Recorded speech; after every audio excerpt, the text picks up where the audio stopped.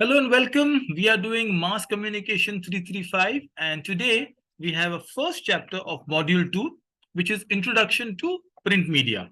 I'm Dr. Dawood Waeed, and hopefully, in the course of this session, you'll learn something interesting. Now, if you look at mass communication, it is very, very simple. The modules are basically first introduction, then there's print media, then there's oral radio media, then there's television, advertisement, and the new media we talk about. Just simple modules. If you understand the modules, it's very easy to understand the whole concept. Now, print media is anytime you pick up a newspaper, there is a political news, a sports news, news about local, national, international, all of it is covered in a print media concept. In fact, anything from a movie ticket to the newspapers that you see, the magazines that you see is print media. Now, this particular chapter has lots of explanation and names and all. So if you want to understand print media, you probably have to look at lots of simple concepts and names. Now, in our last session also we spoke about, so remember, I'm not very good at drawing, but this is a leaf. So the first time print started when people were writing on a palm leaf. Sometimes images stay in your mind. Then as the human race evolved, as people started inventing things, there was a discovery of papyrus, the leaves that Chinese invented when the first people to invent the art of printing. So papyrus is a plant that using papyrus started making it, and they started doing it with wood block. So printed wood block, which was actually as recently as in the 19th century, it was used. Even now, it is displayed in the Japan's calligraphy museum. So the wood block came in. Then the first book was called the Diamond Sutra, right, by Wong Chick. Yeah, it looks some very interesting conversations and names here. But very importantly, for you to understand printing, remember these names. So one of the most important name is Johannes Gutenberg of Germany, who invented the printing press. And once you invent the printing press, you also realize that we were talking about a very interesting. The first thing that was printed on this German printing press by this was the Bible in the Latin language.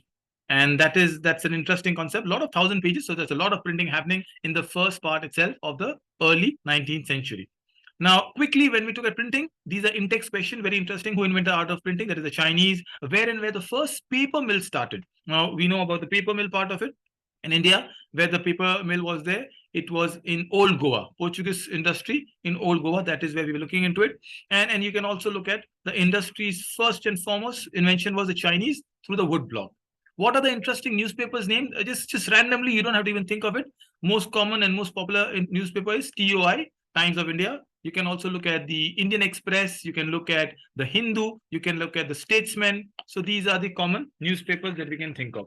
What are the three most important things of a newspaper? Remember, IEE, information, education, and entertainment. So your Bombay Times is entertainment. All the news that you read is information.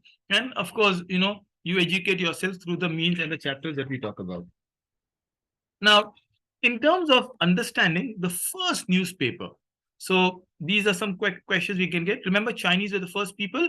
So the first newspaper was published in China, and Beijing is the capital of China. The old name of Beijing was Peking. So this is called the Peking Gazette.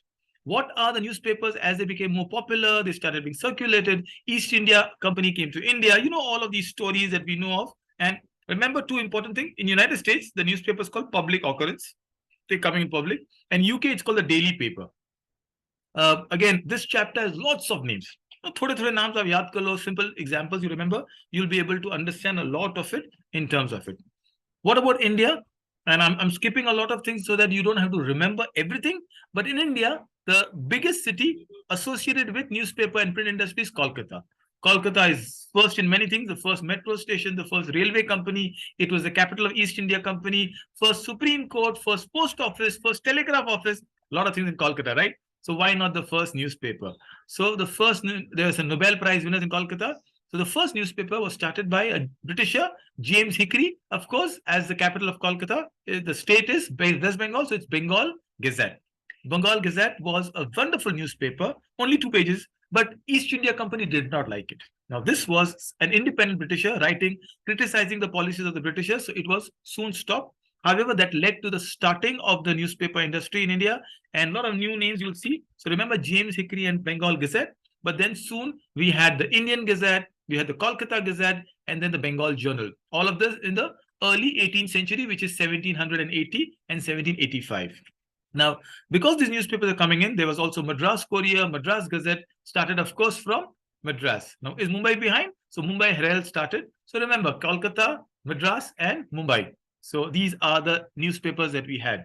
Now, very interestingly, the first language newspaper was in Kannada, and it was called Kannada Samachar. So many names, make a note of it. But importantly, a question that usually comes is, what are the newspapers that are started by Gandhiji? So, Gandhiji started a newspaper. Of course, now that will go to Gujarat and Gujarati. And the oldest publication in India is a Gujarati daily called the Mumbai Samachar. Not only in Asia, India, but Asia also. So this is something you remember. And as we all know, so many interesting concepts and conversations will start. Since we are talking about Gandhiji, let me quickly go down. Gandhiji started two very important newspapers. One is called the Harijan, which of course, as it is called for the people who were considered untouchable. He wanted to bring that, and he insisted, Gandhiji, that Harijan will have no advertisement. So it is all about generosity of people who would buy it.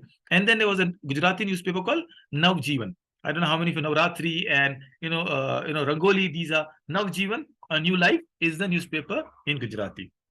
So primarily, a newspaper can be divided into the way it is spread out. So just to quickly go to it, there are three ways you can talk about newspaper. One is if it's every day. So it is daily. Then there's weekly. Then there's fortnightly, and there's monthly. Right? Remember, so daily are all the newspapers, Times of India, Statesman, everything around it. Then we've got a newspaper which is weekly, right? And then we've got a newspaper which is fortnightly, every alternate, 15 days. So you have newspapers like Champak magazine. There's so many magazines that are into those lines. So I'll quickly give you an example of these newspapers. Weekly is, for example, there is Times of India, that is daily. So India Today is weekly, and week. Example, remember the week. Then monthly is Reader's Digest. You have got Malayalam Manorama, which is continued sometime annually also, but Reader's Digest is very famous. Then there is the Filmfare, some of the most magazine, Outlook magazine. These are very common. There is fortnightly, like Tinkle, Champak, most of the kids magazine in today's time, Amar Chitra Katha, all of these are on a fortnightly basis. Too many numbers and remembering things. So this is how Navjivan Times there. It's interesting. When modern technology came, newspapers became easier and easier to print. Now, one of the more important things is typeface came in. Black and white was replaced by colors. And now, one of the things that you see today is also in shots, like the online newspapers. So the online newspapers, all the current newspapers have online version. Times of India, The Hindu, Statesman, Indian Express. So you can just use these as an example. Now, the most important thing, if you have to remember, is they are tabloids. What's a tabloid? Tabloid is basically half the size of a newspaper, but it is usually evening newspapers are tabloid. For example, in India, one of the most common ones are called Midday and Metro. So Midday and Metro are tabloids that we see. We are looking at some of these are very, very popular newspapers. Internet has changed a lot of things. Just remember, conversation you need to understand is newspapers can be divided according to their sizes. So broadsheet, all large newspapers are broadsheet. We also said about tabloids, half the size of newspaper. Evening newspapers, Midday is a very common example. Sun is a very common example of tabloid. There is another one called Berliner. What's a Berliner?